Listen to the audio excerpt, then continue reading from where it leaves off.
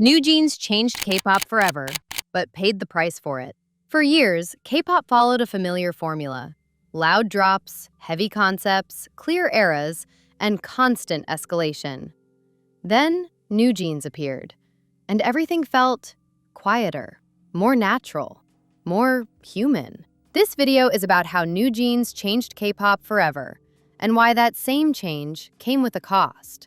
Because innovation doesn't just inspire, it disrupts.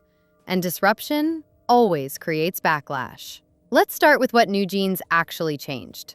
They didn't debut with a spectacle. No dramatic teaser campaign, no heavy lore, no aggressive branding.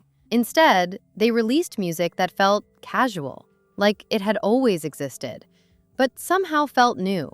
Minimal production, easy melodies, Y2K visuals, natural styling. Relatable energy. They didn't try to dominate attention. They blended into everyday life. And that was the innovation.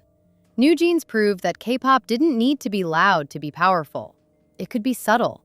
It could be soft. It could be replayable. This approach rewired expectations. Suddenly, songs didn't need explosive hooks. They needed longevity.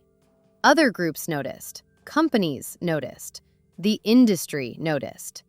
And then came the copycats. Within a year, multiple debuts followed the same blueprint: muted colors, simple choreography, easy listening tracks, youthful nostalgia.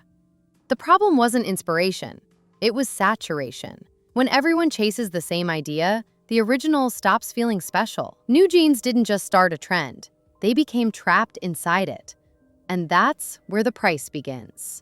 The industry that praised them for being different started expecting them to constantly redefine different. Every comeback had to be innovative, but not too different. Familiar, but not repetitive. That pressure is invisible, but it's heavy. At the same time, industry backlash began to grow. When one group shifts the market, others feel threatened.